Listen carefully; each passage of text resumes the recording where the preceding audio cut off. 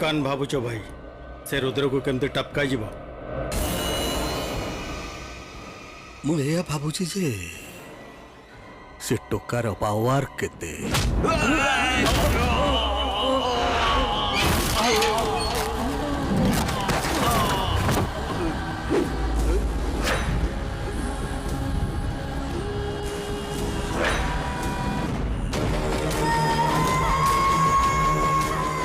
कमल Manish 32 injection आज मोठ माड़ खाए मो विद्या रण पकड़ सीधा 108 एम्बुलेंस जाए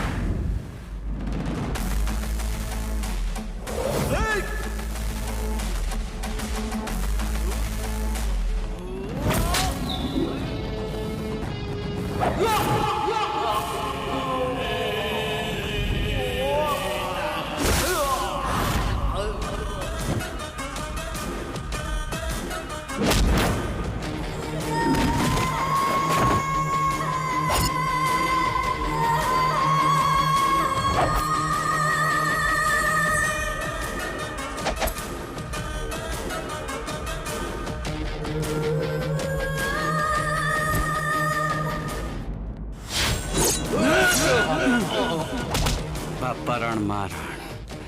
पकेली विद्या